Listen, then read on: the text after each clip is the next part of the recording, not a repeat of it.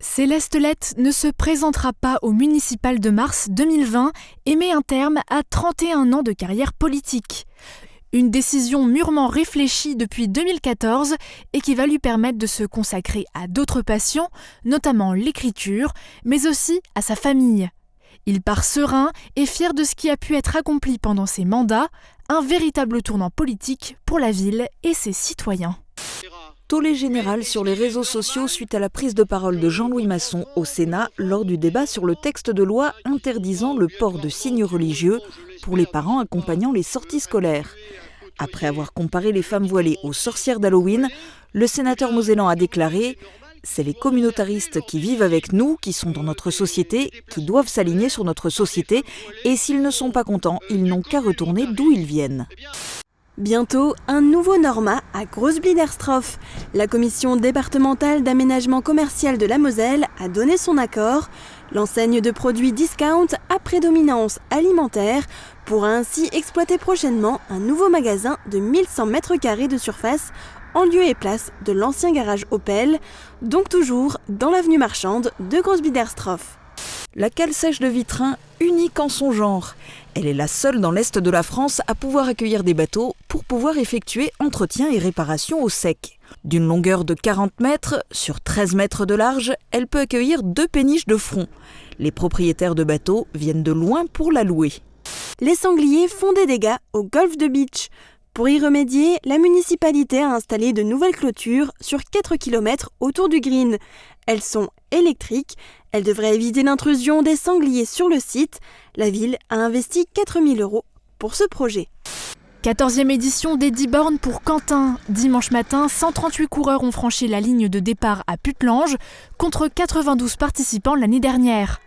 Cyril Hoffman est le grand vainqueur de la course avec moins de 40 minutes au chrono, suivi de près par Manu Freyermuth, gagnant de l'ancienne édition.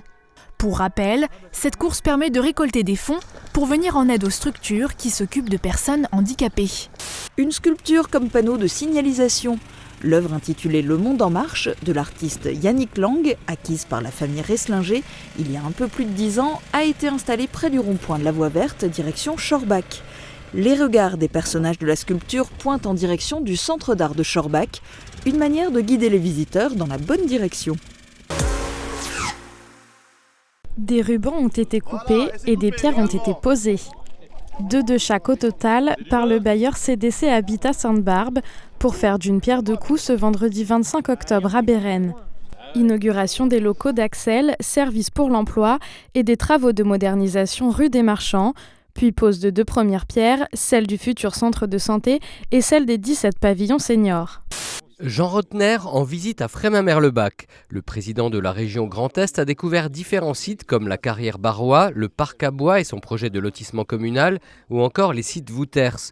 Une visite essentiellement consacrée à la question de la réhabilitation des friches industrielles.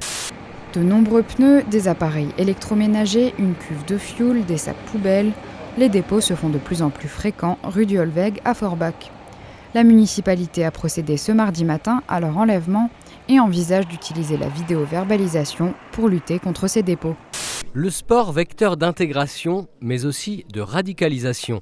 Dans le cadre de la politique nationale de prévention de la radicalisation, le doctorant en sociologie Médéric Chapiteau intervient au centre des congrès du Burghof à Forbach pour une conférence sur le sujet.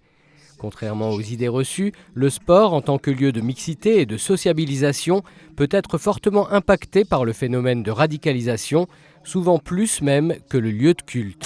Les membres de l'association Novisi ont procédé ce matin au chargement d'un container à destination du Togo.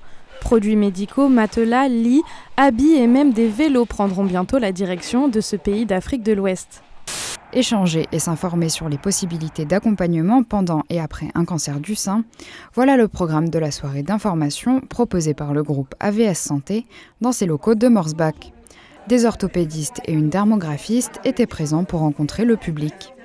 Vendredi matin, la direction de l'entreprise a donc organisé une visite destinée aux parties prenantes et à certains de ses clients pour présenter les efforts réalisés en termes de recyclage du polystyrène. Ils ont pu découvrir les résultats des essais industriels réalisés sur place, ainsi que les installations spécialement construites pour réaliser ces tests. Plus de 200 000 tonnes de polystyrène y sont produites chaque année, ce qui en fait l'un des plus grands sites de production européens. Scène d'euphorie dans les vestiaires de l'US Forbach.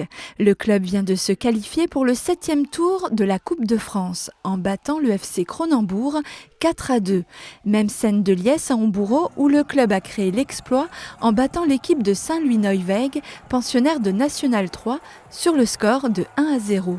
C'est malheureusement la fin de l'aventure pour l'US Nousvillers, battu 4-2 par Erstein après prolongation.